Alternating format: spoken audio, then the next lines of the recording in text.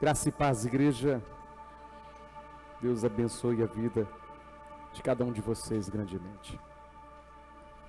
Que bom, queridos, estamos reunidos mais este domingo. Eu creio que o Espírito Santo tem uma palavra ao teu coração. Você crê nisso, querido? Então prepara o teu coração, prepara o teu espírito, porque eu creio que Deus vai falar contigo. Abra comigo a palavra do Senhor. 1 Samuel 30, 23. 1 Samuel, capítulo 30, não, perdão. 1 Samuel 30, do versículo 1 em diante. Vamos ler do versículo 1 até o versículo 8. Do 1 ao 8.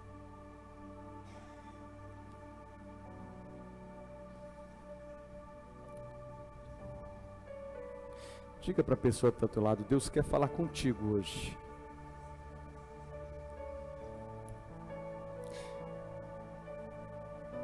Quero aproveitar o momento e agradecer a presença da Claudete. Claudete, que pessoa tão maravilhosa, né? Amiga nossa há muito tempo, filha dessa casa, né?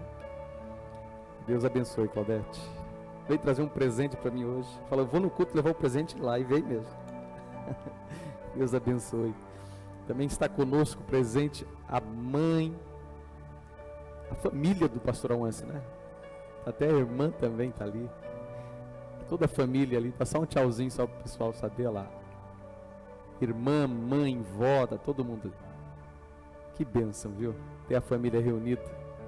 Muito bom. E é um prazer muito grande nós recebermos vocês aqui conosco nessa noite de domingo. Fomos presenteados por Deus através da vida de vocês. Deus abençoe e fique à vontade. Aqui é a nossa casa. Nós juntos celebrarmos o Senhor. 1 Samuel 30, do versículo 1 em diante, diz assim: Quando Davi e seus soldados chegaram a Ziclag, no terceiro dia, os amalequitas tinham atacado Negueb e incendiado a cidade de Ziclag. Levaram como prisioneiros todos os que lá estavam, as mulheres, os jovens e os idosos. A ninguém mataram, mas os levaram consigo quando prosseguiram seu caminho. Ao chegarem a Ziclag, Davi e seus soldados encontraram a cidade destruída pelo fogo, e viram que suas mulheres, seus filhos e suas filhas tinham sido levados como prisioneiros. Então Davi e seus soldados choraram em alta voz até não terem mais forças. As duas mulheres de Davi também tinham sido levadas, Ainoã de Jezreel e Abigail do Carmelo, a que fora mulher de Nabal.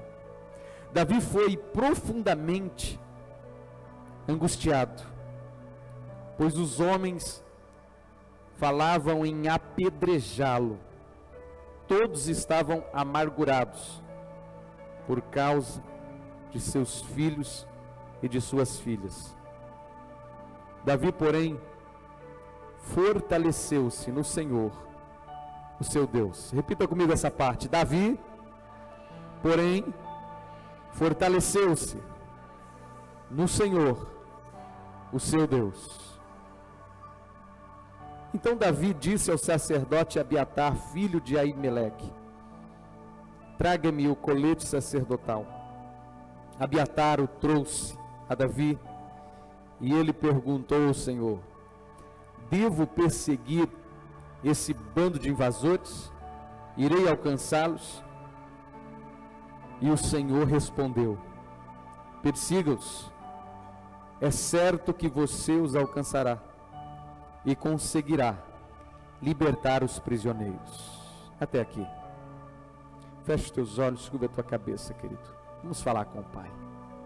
Senhor, nós te louvamos, nós te bendizemos neste momento. Pai, fala conosco. Fala aos nossos corações nessa noite. Nos direcione no poder do Teu Espírito Santo. Que possamos sair daqui com uma palavra que vai ao nosso coração, dando uma direção espiritual à nossa vida. Senhor, nos revele tudo aquilo que a Tua palavra quer nos revelar nesta noite. Pedimos a Tua direção, em nome de Jesus Cristo. E a igreja diz, amém. Amados, o tema que eu quero dar para esta mensagem é: quando somos roubados. A situação é clara.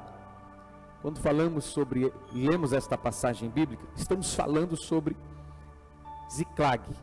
Ziclag era uma cidade refúgio no meio do deserto do Negev.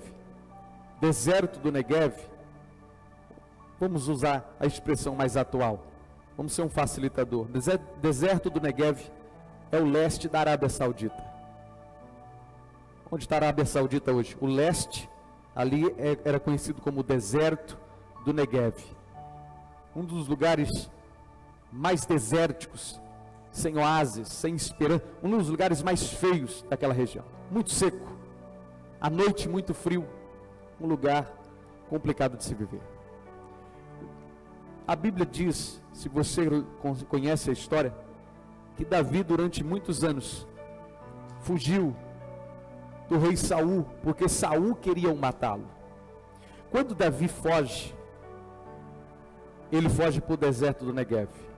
E chegando em Ziclag, ali, cidade refúgio, foi aonde ele constituiu tudo o que ele tinha. Ziclag, uma cidade que já existia, só que foi fortalecida com a chegada de Davi. Agora Davi chega, Davi constrói uma cidade, o qual todos os soldados de guerra, todo o seu exército e tudo que ele tinha estava concentrado em Ziclag. Ziclag não era somente uma vila ou uma cidade de refúgio. Ziclag já se tornava quase um forte de Davi, do exército dele, porque ele foi equipando, ele foi fortalecendo, ele foi construindo e constituindo aquele lugar como um povo que se tornava forte no deserto do Negev. Davi tinha muitas alianças com muitas outras províncias ao redor, muitas outras tribos. E se você ler alguns versículos antes, Davi tinha saído da cidade quando ela foi atacada, porque Davi tinha ido fazer uma guerra para um outro aliado dele, o qual ele tinha aliança. Davi convoca todos os homens e eles vão para a guerra. 3 dias depois dessa batalha, Davi volta com os homens vitoriosos. Só que quando ele volta, ele se depara com a sua cidade queimada, destruída, invadida. As mulheres não estavam lá, as crianças não estavam lá, porque todas elas foram sequestradas e levadas embora pelo povo que lá invadiu, pelo inimigo que lá invadiu. Era a realidade de Davi. Sabe, querido, por que eu estou lendo esse versículo? E por que nós estamos falando sobre esse versículo? Porque essa situação parece muito com a nossa vida em muitos momentos. Sabe, na caminhada da vida, nós caminhamos construindo histórias. Você que casou-se há algum tempo, você vem junto com a tua esposa, ou você vem junto com o teu marido, construindo uma história. Vocês têm projeto de ter filhos, se já não teve filhos. Vocês têm projeto de construir uma casa. A gente tem projeto de ter o primeiro carro. A gente tem projetos e projetos, até do primeiro negócio. Quando constituímos uma família, ou quando começamos algo, começamos porque sonhamos. Assim era Davi. Com 20 anos de governo de Saul, Davi já não estava mais no território que pertencia ao poder de Jerusalém, a região israelita dos judeus. Ele já estava, 20 anos depois, no Negev. Então 20 anos ele trabalhou, 20 anos do governo de Saul, ele trabalhou e perpetuou em Jerusalém, na região de Jerusalém, Samaria e toda aquela região do governo de Israel. Só que Saul começou a perseguir Davi. Você que já leu a Bíblia, você sabe. E Davi teve que fugir da presença de Saul. Quando ele foge, é quando ele chega nesse vilarejo e começa a reconstruir um projeto e um sonho. Alguns especialistas falam que ele viveu entre 15 a 20 anos em Ziklag. Ou seja, todo esse tempo constituindo um exército, constituindo todo um processo agrícola, cultural.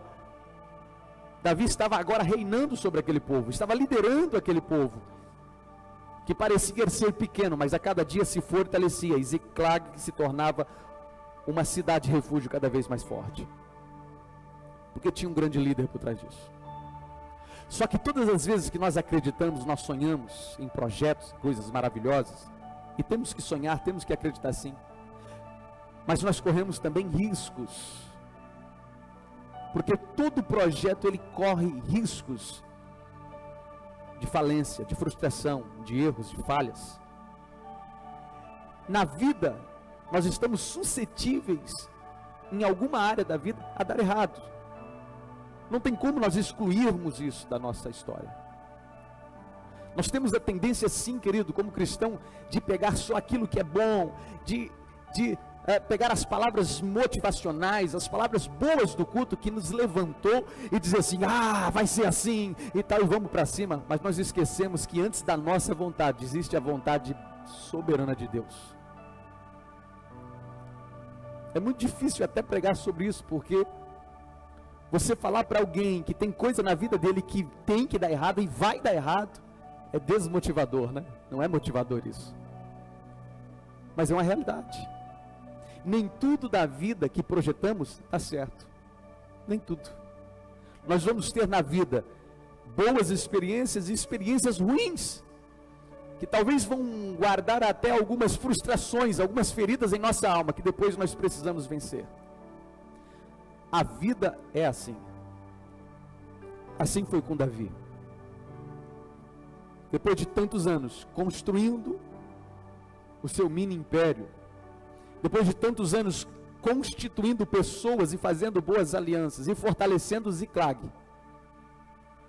de repente ele vai fazer favor para alguém, e quando ele volta, a casa dele, a família dele tinha sido sequestrada e a casa destruída. Dá aquela impressãozinha de que tem muita gente lá fora que fala isso, mas é uma mentira, eu falo, diabólica isso. Tem gente que fala assim, olha, ajudar demais as pessoas não presta, a gente só se prejudica. Você já ouviu isso? Isso é uma mentira diabólica. Não é porque eu ajudo que a realidade da minha vida vai ser alterada. Mas quando eu ajudo alguém, eu estou semeando sobre a vida de alguém. E é incomparável o que Deus vai fazer, a colheita que Deus vai me dar no futuro com relação a esse auxílio, a essa ajuda. Agora, quando olhamos para a situação de Davi, parece muito esse ditado, né? De que, olha, ele foi ajudar alguém, quando ele volta, a cidade dele foi destruída. Mas, querido, não é isso. Há coisas da vida que nós não podemos evitar, como há coisas na vida que nós podemos evitar. Deixa eu relembrar você. O cristão, o crente, ou seja lá, o homem de Deus, a mulher de Deus, ele também morre de câncer. Você sabia disso? Não é porque ele está com câncer que agora Deus é obrigado a curá-lo. Isso é uma mentira que inventaram. E botaram na nossa mente, nós nunca vamos pedir uma oração para alguém, um parente, um amigo, alguém da família que está doente. Nós nunca vamos falar assim, olha, eu queria pedir uma oração para que seja feita a vontade de Deus. Não. Eu queria pedir uma oração pela cura daquela pessoa. É ou não é? Porque nós não queremos aceitar as realidades da vida. Mesmo sabendo que a morte é uma realidade, que um dia vai ter perca também, não tem só ganho. Mas tem gente não, que ela acredita que só tem ganho, chega a ser um egoísmo até. É a história de Davi. Nem sempre tem só ganho. Tem dia que você vai chegar talvez na tua casa, você vai se deparar com uma situação que seu coração vai entrar em desespero. Você fala, Deus, o que está acontecendo? E eu acredito que Deus vai olhar do céu e falar assim, o que naturalmente tem que acontecer. Porque nós colocamos Deus em tudo. Isso é um hábito do cristão. Querer culpar Deus. Na verdade, sempre jogar para Deus a responsabilidade que muitas vezes não é dele, é nossa. E nós temos esse vício. Isso é um vício, na verdade. Não é verdade, querido? Deus, por que meu filho está nas drogas? Querido, não sei se tem alguém com filho, pode ser que tenha. Mas eu quero já profetizar que ele vai sair das drogas, em nome de Jesus. Só que deixa eu te explicar. A gente nunca olha para trás e fala assim, poxa, eu não investi tempo no meu filho. O traficante investiu. Eu não orei, mesmo sendo cristão, eu não orava pelo meu filho, como eu devia orar. Mas alguém ganhou o coração dele antes do que eu, antes do que o Espírito Santo até. Eu não intercedi pela vida dele, mas alguém intercedeu na vida dele. Entrou na frente, entre o meu relacionamento. Então começa a analisar, querido, Deus não tem culpa disso, somos nós.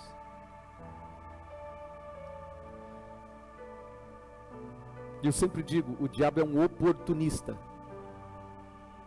Oportunista é alguém que espera uma única oportunidade que nós damos, para que ele possa começar o processo de destruição.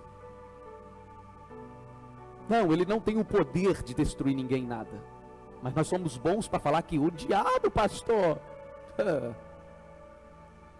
Mas ele tem uma ótima visão de oportunidade. Quando ele acha uma brecha, ele entra com tudo. Quando ele vê um pai que não se relaciona com o filho, ele vai entrar e ele vai destruir tudo. Quando ele vê que alguém não está cuidando da tua casa como deveria, ele vai entrar com o adultério, com a prostituição, com a destruição. Ele vai entrar. Então ele é um oportunista.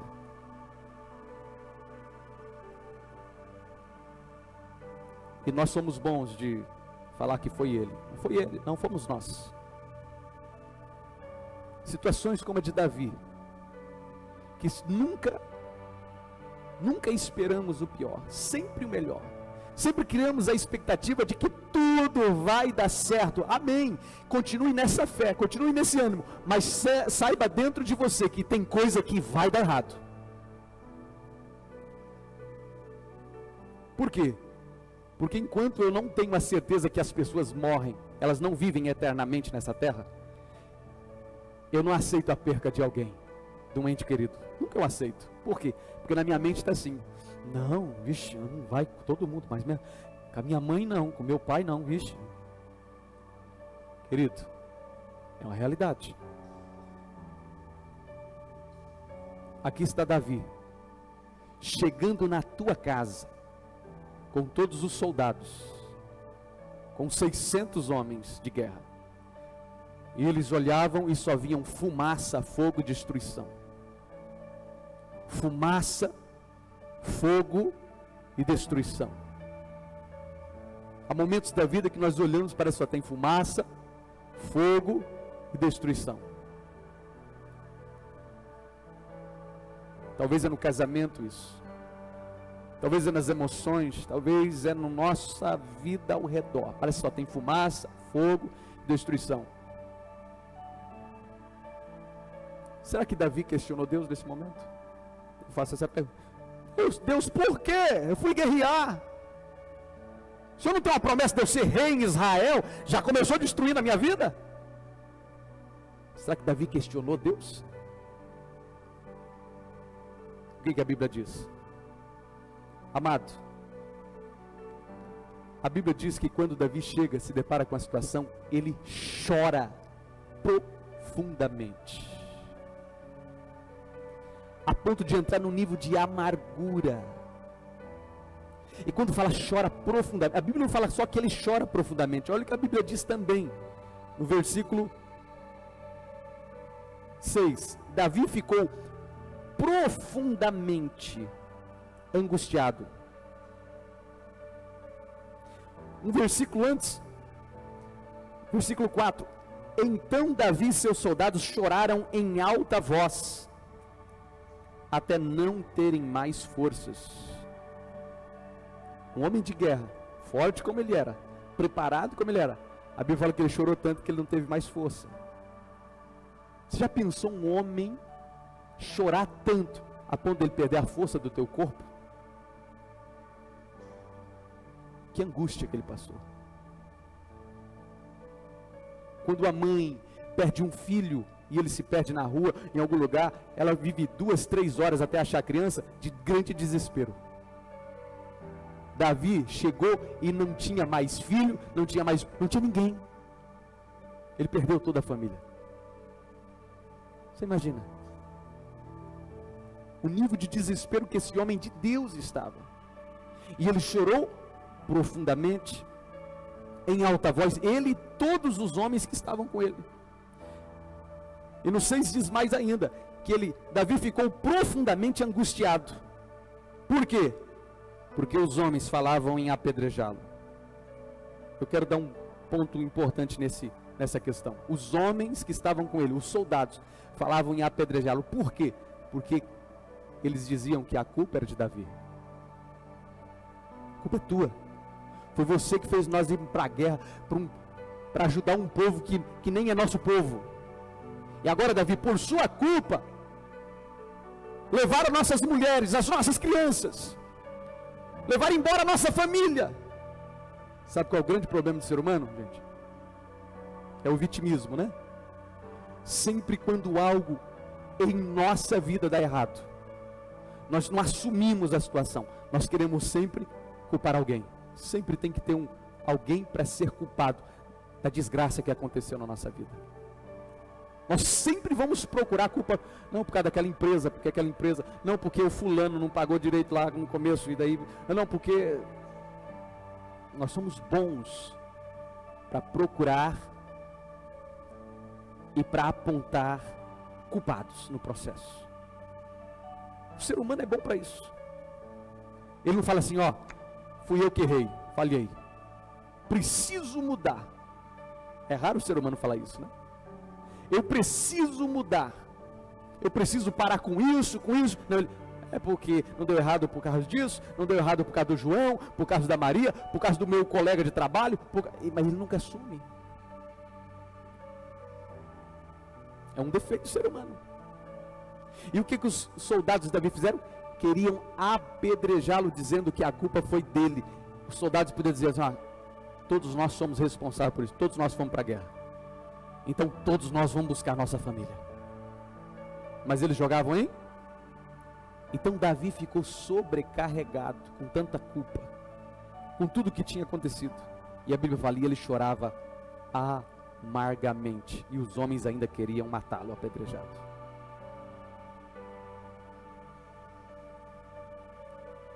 Por que eu estou dizendo isso? Porque lançar culpa no nosso próximo, nas pessoas que estão ao nosso lado, nunca resolveu nada, querido. Mas assumir a situação e resolver o problema, isso põe os pingos no i. Olha o que a Bíblia continua dizendo. Davi ficou profundamente angustiado.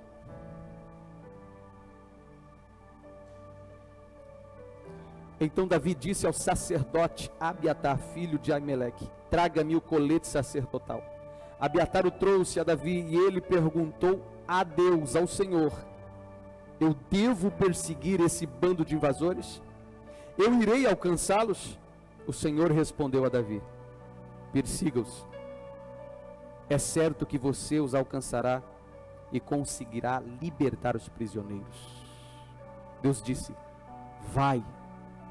É certo que você vai alcançar e liberar eles. Vai, Davi. Todas as vezes que tomamos decisões erradas, colhemos também por decisões erradas. As decisões erradas de um negócio, a decisão errada de um casamento, que talvez a pessoa foi pelo corpo e não pela postura moral e ética da pessoa. A decisão errada em um emprego, em mudar de emprego ou de cidade ou de situação. Decisões erradas geram consequências que nos afetam ferrenhamente na vida, no processo da vida. Uma decisão errada pode comprometer o teu futuro. Então é muito importante tomar decisões com responsabilidade. Então Davi, antes de tomar uma decisão, a Bíblia fala que ele consultou a Deus e falou, Senhor, eu persigo eles, e esperou de Deus uma resposta pelo sacerdote. Eu vou atrás deles e recupero o que é meu, a minha família e tudo que eu tenho. E o próprio Deus falou assim: vá, e certamente você recuperar tudo que é seu, e alcançará eles. Deixa eu dizer para você, o que muitas vezes faz o homem se frustrar na caminhada da vida, é porque o homem é teimoso em tomar decisões próprias. Quase não consulta Deus em situações importantes. Querido, quando nós não consultamos a Deus, nós estamos desprezando Deus no processo da nossa vida. Quando nós não consultamos a Deus para tomar decisões importantes, é como se nós dissermos: Senhor, eu sou suficiente para tomar as minhas decisões, não preciso do Senhor. E quando Deus não participa nas nossas decisões, ou ao menos não fazemos uma oração para apresentar o projeto para Ele, vivemos dias de frustrações, como vimos aqui. Dias de frustrações, como vimos aqui. E ele pergunta: posso ir atrás dele? Deus, vá, porque certamente você vai alcançar todos eles e vai resgatar todos eles. Deus quis dizer: vai que eu sou contigo.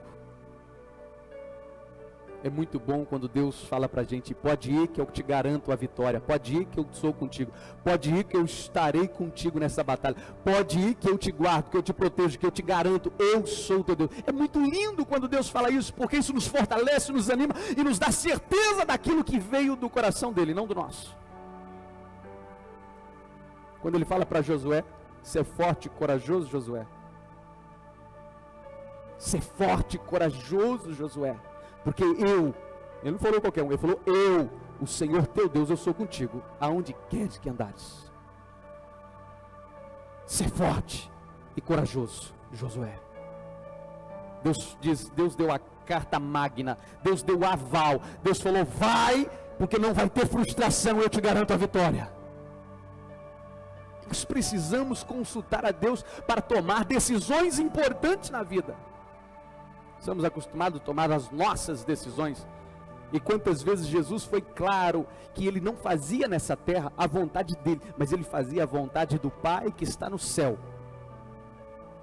Quando dizemos que Jesus reina em nosso coração, que Deus reina em nossa vida, então não somos nós mais que mandamos em nós mesmos, mas é eles que reinam. O Espírito Santo reina em nosso coração, liberando o favor do céu à nossa vida, nos esclarecendo a ordem do céu para a nossa vida. O que Deus quer de mim? Esclarece. Mas quando vivemos para nós mesmos, então não temos direção de Deus, porque a nossa vontade é o que eu quero, é o que eu desejo, é o que eu sonho. Não é o que Deus quer, não é o que Deus deseja, não é o sonho de Deus para a minha vida. Assim estava a situação de Davi, desesperado, desamparado, e numa situação de confusão muito grande. Deixa eu dizer para você, querido, o difícil na vida não é destruir e matar os leões, os ursos, ou os Golias da vida. O difícil não é isso. Isso aí Davi tirou de letra. Ele matou o leão, matou o urso, que fez ele se tornar um homem experiente, e Golias, que trouxe para ele o respeito e o nome.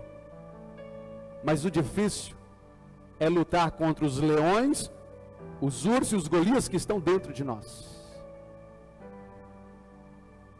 Os que estão fora, a gente vence, mas os que estão dentro, esse que é a grande batalha. Davi era um homem guerreiro, era um homem preparado, era um homem pronto para qualquer batalha. Mas quando ele consulta Deus, ele consulta porque o primeiro que ele tinha que vencer era os gigantes que estavam dentro dele, matando ele aos poucos, impedindo dele ser feliz, impedindo dele alcançar aquilo que é a vontade de Deus para a tua vida. Quantas vezes não se pegamos numa situação dessa? O que, pastor? Quantas vezes não estamos se sentindo como Davi, roubados? Roubados porque falimos. Se falimos, então estamos se sentindo financeiramente em desvantagem. Roubados porque perdemos um filho para as drogas, alguém na prostituição. Então agora estamos se sentindo um pai, uma mãe em desvantagem.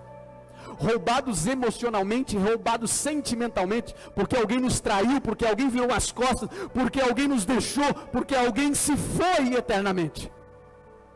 Então, se sentimos como alguém que foi lesado, que foi roubado, que foi tirado algo de nós, é assim que Davi se sentia, como um homem que roubaram-lhe os seus projetos, que roubaram-lhe seus sonhos, que roubaram-lhe tudo o que ele acreditava. Isso acontece em muitas situações da nossa vida. Isso acontece com uma criança quando o pai e a mãe se separam.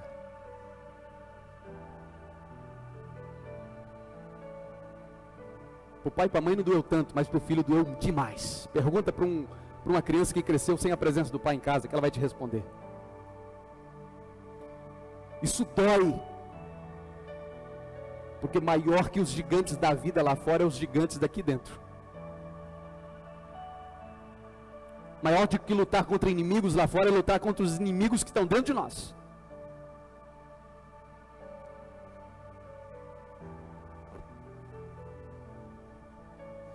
Essa era a realidade de Davi. Então a Bíblia fala que ele buscou força no Senhor. A Bíblia fala, e ele buscou força no Senhor seu Deus, e se fortaleceu. Deixa eu te dizer, há momentos da vida que homem nenhum pode te ajudar.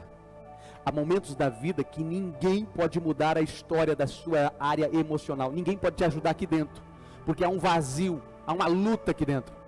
Há uma batalha, uma guerra travada por anos aqui dentro. Travada talvez pela moléstia sexual que sofreu no passado, travada por causa da separação dos pais, travada pela sensação de abandono, de solidão e sofrimento, travado pela depressão que não quer sair, tem te isolado na solidão da vida, travado aí dentro.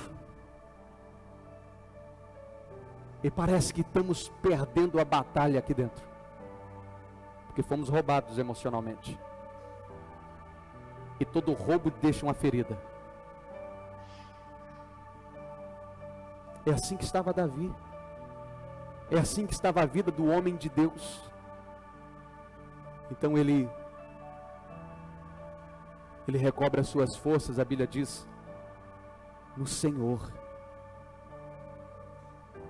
Ele recobra as suas forças, diz a Bíblia, no Senhor. Porém, Davi fortaleceu-se no Senhor, o seu Deus. Deixa eu te dizer, talvez você está aqui nessa noite porque você já procurou se fortalecer emocionalmente desse vazio, dessa luta que está aí dentro, em tantos lugares, na bebida, nas drogas, na prostituição, no lazer, nas pessoas.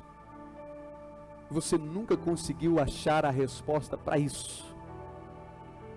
Mas eu venho dizer para você que o único que pode mudar a história da tua vida é Jesus Cristo. Ele pode mudar essa história. Por quê? Porque roubaram a tua felicidade, e você está procurando ela há muito tempo. Porque roubaram a tua alegria. Você vive uma vida e você diz toda manhã que você levanta dizendo, eu não tenho alegria. Porque roubaram o teu ânimo. Você não tem mais aquela ambição saudável de conquistar algo na vida, porque está desanimado. Mas Jesus pode restaurar a tua vida, as tuas emoções, a tua saúde, a tua história, a tua família, tudo que você tem. Jesus pode mudar a história da tua vida. A palavra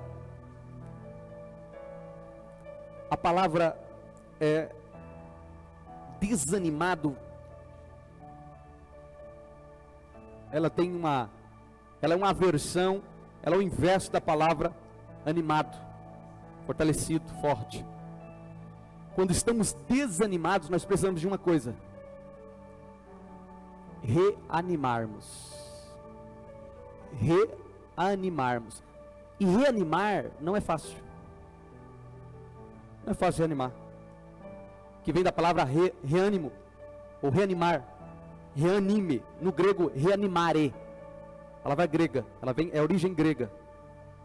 E a palavra reanimare no grego significa voltar a viver, a ter vida. Quando fala, eu preciso reanimar, você está precisando ter vida naquela área, porque aquela área está morta dentro de você. E quando falamos em reanimar, nós lembramos já de um aparelho. Eu lembro, nos hospitais o pessoal tem atendimento de socorro rápido, tem também, que é o desfibrilador. Quem que já viu o desfibrilador? É um aparelho que bate assim, ó, solta uma, não sei quantas de voltagem que é não. Cadê o Felipe? Ele está aí? Felipe, você pode me ajudar nisso? Você que foi paramédico aí, como é que é? Ah, não entendi nada, mas tá bom. Não estou quase nada. Energia, como é que é? Ah, ele vai falar no microfone.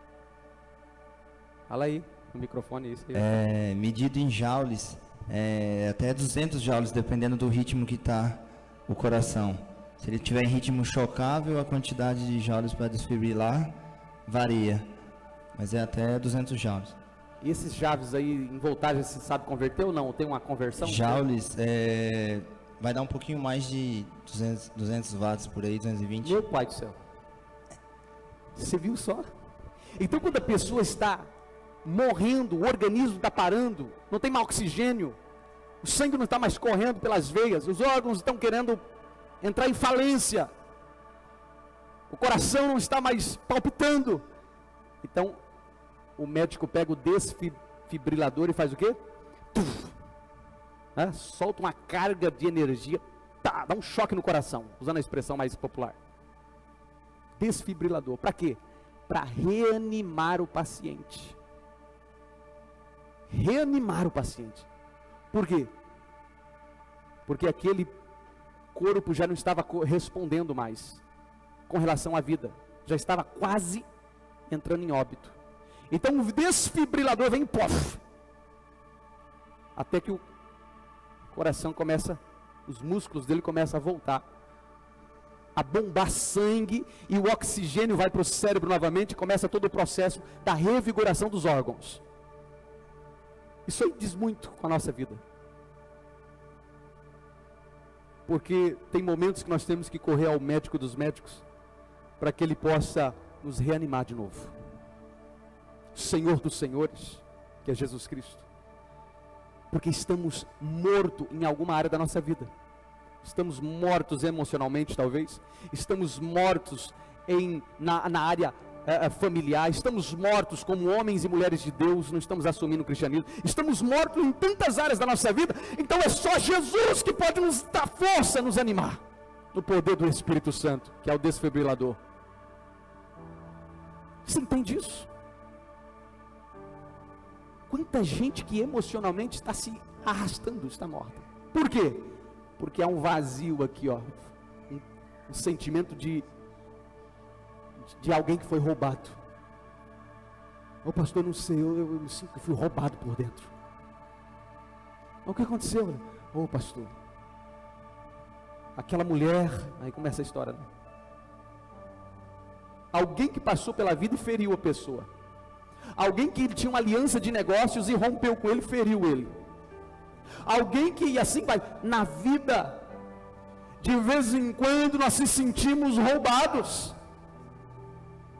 emocionalmente falando, e espiritualmente também, desanimados. Mas Jesus disse, o ladrão, ele vem para matar, para roubar e para... Não, vamos lá. Ele veio para matar, roubar e Jesus disse, mas eu vim para dar vida, e vida com abundância. Jesus disse, mesmo se o ladrão vir me matar, roubar e destruir, eu venho e dou tudo de volta, com abundância para vocês, em nome de Jesus Cristo. Entendeu?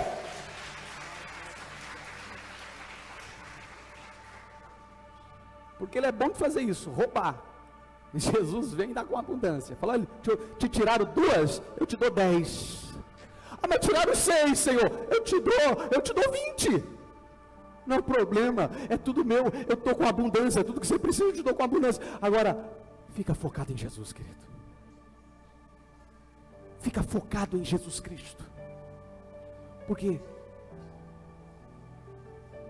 não fique andando como alguém que está em desvantagem, está roubado, foi lesado, foi sequestrado emocionalmente. Não fica. Se anima novamente em Cristo Jesus.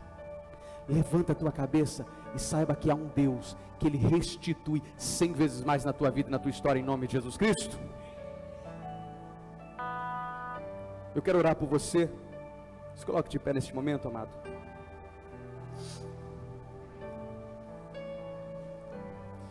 Você crê que Jesus pode restituir tudo aquilo que emocionalmente te roubaram? Ele pode devolver a felicidade que você está sentindo, a ausência dela. Ele pode devolver a paz. O pastor, eu não tenho paz. Jesus pode dar essa paz. Ele pode te dar essa paz. Pastor, eu não tenho ânimo. Jesus pode te dar esse ânimo novamente. Aquele ânimo que você tinha, Ele pode dar dobrado. Você vai falar assim, rapaz, eu estou tão cheio do Espírito Santo de Deus, eu estou tão forte. Muito mais do que eu estava no passado. Porque Jesus restitui tudo isso. Deixa eu te dizer algo. A pior coisa da vida não é as tentativas daquele que um dia já foi frustrado. Não é. A pior coisa da vida é os frustrados que não tentam mais. Parou no tempo. Que não avançam. Tem muita gente que está aí, querido, está lutando com as dores da vida, mas está de pé, está lutando, está na guerra, está na batalha, não está acusando ninguém, pelo contrário, fala assim, olha, vamos resolver isso, vai dar certo, em nome de Jesus, Deus é conosco, vamos para cima. Ele está animando a cada dia, reanimando no Senhor. Sabe por quê? Porque Deus te chamou para você, além de ser animado no poder do Espírito Santo, além de ter o Espírito da alegria em você, você fortalecer aqueles que estão desanimados e fracos. Paulo fala assim, dei a mão, ajude, auxilie os mais fracos. Faça isso. Paulo disse. Mas como que eu posso ajudar alguém que está fraco, se eu também estiver fraco? Vou dar um exemplo. Como pode um mendigo pedir ajuda para o outro? Ô fulano, você tem que comer? Rapaz, eu também estou pedindo. Então lascou. Ninguém tem nada aqui. Como pode? A Bíblia fala como pode 2 cegos andar junto, um guiar o outro. Como pode 2 cegos, um guiar o outro? Não tem jeito. Os dois, um vai levar o outro para o buraco. Vai falar, acho que é por aqui, ele vai por aqui. Um puxa para cá, outro para lá. Não tem como. Você entende, querido? Então, pastor, o que você está querendo dizer? Eu estou querendo dizer que Deus tem interesse em restituir a tua vida, tudo aquilo que foi tirado, emocionalmente, financeiramente, e espiritualmente, em todas as áreas da tua vida. Para quê? Para que através daquilo que você tem, muitas pessoas sejam abençoadas também, em nome de Jesus. Você crê nisso? Vamos orar.